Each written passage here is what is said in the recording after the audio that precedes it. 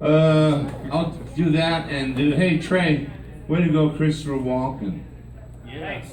You know, he's actually in a movie, Kevin Costner and Christopher Walken and Ted Danson are doing a second version of Dances with Wolves. It's called Dancing and Walking with Wolves.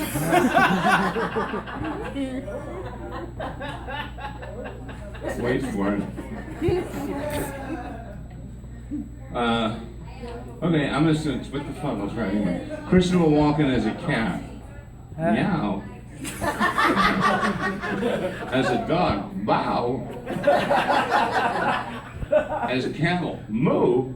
I'll put a Brandon in your ass, you fuck with Joe Dirt again. Christopher Walken as Willy Wonka crossed with Pulp Fiction. Butch, little man, I kept this chocolate in my ass for 5 years. You're not hungry? Whoa. All right, it was a simpler time. I've been a comedian. My first paycheck was in 1973. So what is that, 43 years? My first night on the job, I got $35 and Jay Leno. I wonder whatever happened to him. He got $35 too. And the guy who was the host, because there weren't comedy clubs in America in 73, was a guy from the Ed Sullivan Show that I watched in the 1950s, sitting cross-legged with my hands under my chin, watching all the comedians on Ed Sullivan. And this guy's name was Jack Carter, and he hosted his show. And I was in the same show with Jack Carter and Jay Leno and the Hines brothers and the guy who sings I'm Only a Bill on Capitol Hill, who turned out that he was a pot-smoking friend of Lenny Bruce. And Jack Carter was trying to be relevant, right? Because he'd been on the Ed Sullivan Show. He was like black and white TV comic. And things were changing fast in the 60s and 70s. It wasn't that simple time anymore. And these old, vaudeville, Catskill comics were trying to stay relevant. And this is Jack Carter's joke, where he thought made him sound relevant. What's wrong with the kids today? I mean, with the marijuana and the leather jacket and the tattoos and the beards. And that's just the women. I know. And there was Buddy Hackett. He used to talk out of the side of his mouth. He was always on Johnny Carson. You thought, what a lovable guy. He was so filthy in Vegas. My parents took me to see him. They had to put their hands over my ears 2 times because of, I didn't even have the ear hairs, but I knew they were going to burn when they grew in when he said some of this shit. And then he goes to the dentist. He says, I'll have to do a root canal. And she goes, oh my God, that's the most painful thing. I'd rather get fucked and have a baby. And he said, well, you got to let me know now because I have to adjust the chair.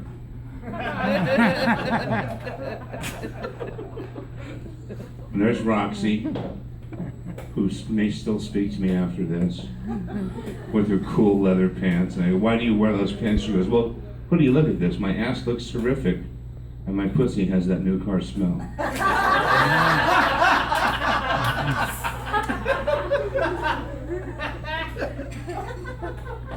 There was also Jackie Vernon, who you used to see on the Dean Martin roasts. You're up stoned in the middle of the night, or like me, you're up stoned, drunk on morphine and cocaine and Jack Daniels, and you see the Dean Martin roast and the Dean Martin variety show. Now you have all those at home, and you're trying to watch them, and people are like, is there anyone alive that you liked as a comic? Well, come to think of it, I think Paul Mooney's the only one. No, Mort Saul. But this is Jackie Vernon, the real deadpan guy who was famous for being a radio DJ in Chicago. And his big thing on the radio that made him famous and go to the Ed Sullivan Show was that he did a slideshow of his vacation on the radio. With just the fucking clicker. Hey everybody, this is us in Yosemite. Click, click. That's us driving through the tree. Click, click. There's the family at the campfire. Click, click. There we are with the ranger, and we're all getting our pictures taken. Click, click. There's my wife and kids, the ranger, and a bear. Click, click. Hey, who's taking the picture? There's everyone in the picture. Who could be taking it, E.T.? Joe, I voted for Obama because of the bumper sticker. Once you go black, you're out of Iraq. What the fuck? People are so upset. Some people are like, he's a weird alien. His wife's a cross-dressing bitch. He's from Kenya or Mars. He's not even really black. People, that guy bailed out General Motors. That black man bought every Cadillac in the world. And he's still not black enough for you?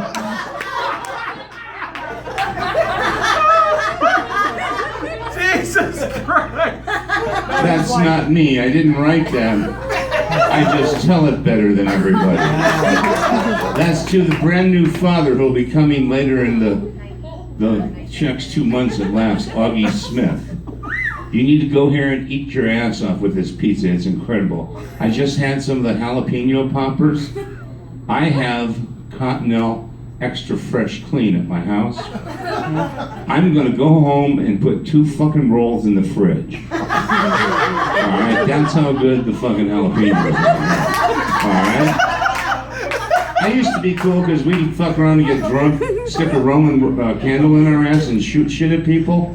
I don't have to do that. I just have to light a candle after I fart a BZ's jalapeno into my friend's dog's face. This joke happens to be from Johnny Dark, who a friend of mine, Johnny Dark's a very nice man who I work for at the Ice House in Pasadena. There was no improv, there was no comedy store. The comedy store used to be Ciro's. It was a mafia-owned club, and I was a little boy and I used to go to that club in the 50s with my parents. That's the Comedy Store.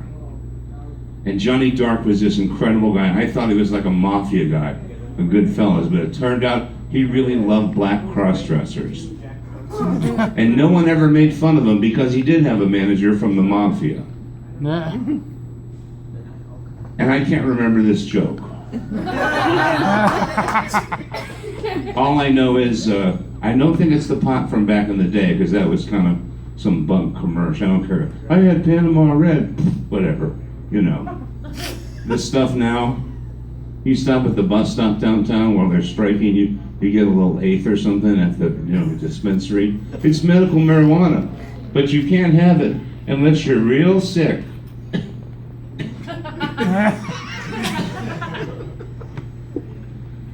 Get that? That's acting. I acted like I was sick.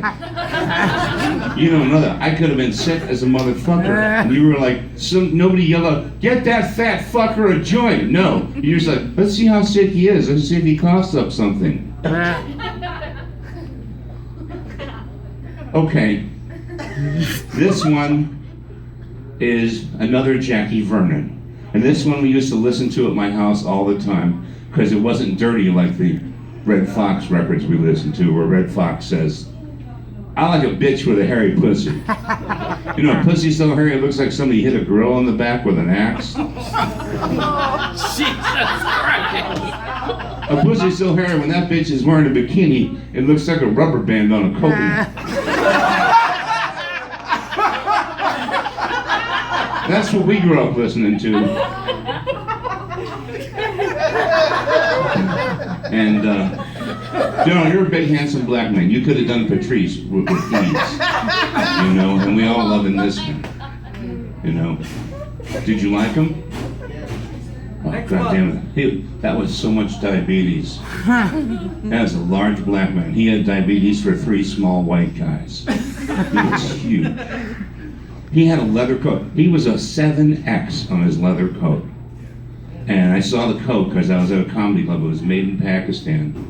And what do you think? The people in Pakistan thought they were building a fucking car cover, probably. Not a coat for a famous black comedian. Or a comedian of color. Or African American, because people can take this so seriously, right? You go into the bar and goes, I'd like an African American on the rocks from the former Soviet Socialist Republic. Black Russian fuckers. Are these colored markers? No, they're for everybody.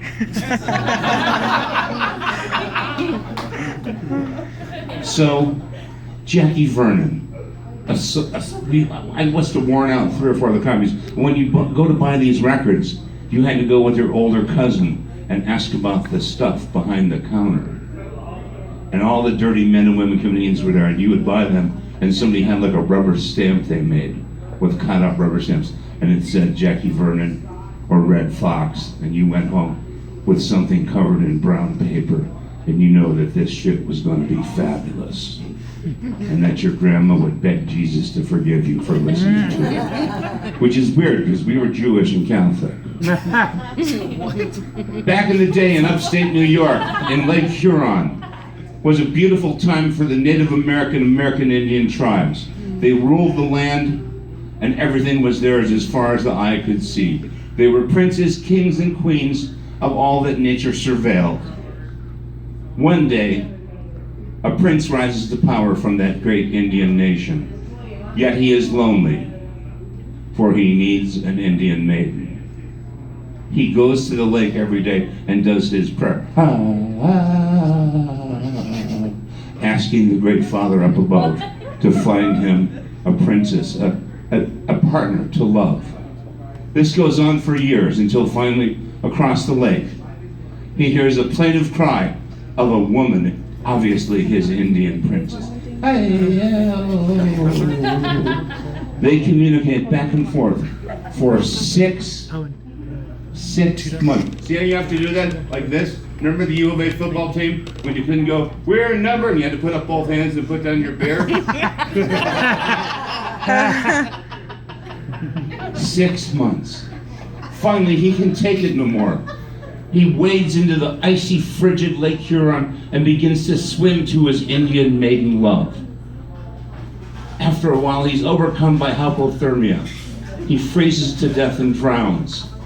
And their love was never consummated. Today, that lake is still named after him. Lake Stupid.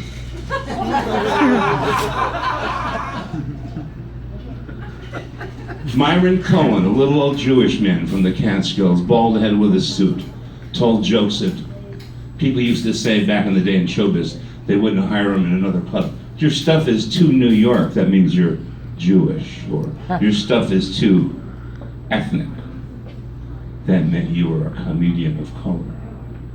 Like Godfrey Cambridge or Dick Gregory. So Myron Cohen has a thing about his wife Sadie and the husband who's like, he's in the commercial retail business of fabric. I'm home, we cut some fabric, it's been a great day, and I've got to tell you I have a beautiful gift for you. I'm not talking to you, we had a fight last night, you rat bastard. Where are you? I love you. We're not speaking and I'm hiding. I bought you those diamond earrings you wanted. I'm hiding in the front closet. 3 industrialists are sitting on the beach in Copacabana, Brazil. Each one proud and happy to be retired. 3 old, bald, wealthy men. 3 guys get talking, they say, how did you end up here? First guy says, well, I had a foundry in Indianapolis, and there was a horrible explosion in the gas tank, and I just didn't bring myself to reopen again. I took the insurance money and I retired. Thank God I did that. The third guy says, that's weird. I had a fabric company, we had an electrical fire. The place burned down to the ground. It broke my heart. But luckily the insurance money made me able to retire at Copacabana in Brazil. Finally, the third man says, we had a foundry in Pittsburgh, and there was a horrible flood, and the factory was destroyed. And the 2 guys looked at each other and said, how do you make it flood? 1001, 1002. I'll end with this, because it's a classic. A naked whore gets into a car leaving Curves at midnight at closing and says, take me to the airport. The cab driver says, that's $25. She points to her pussy and he says, do you have anything smaller?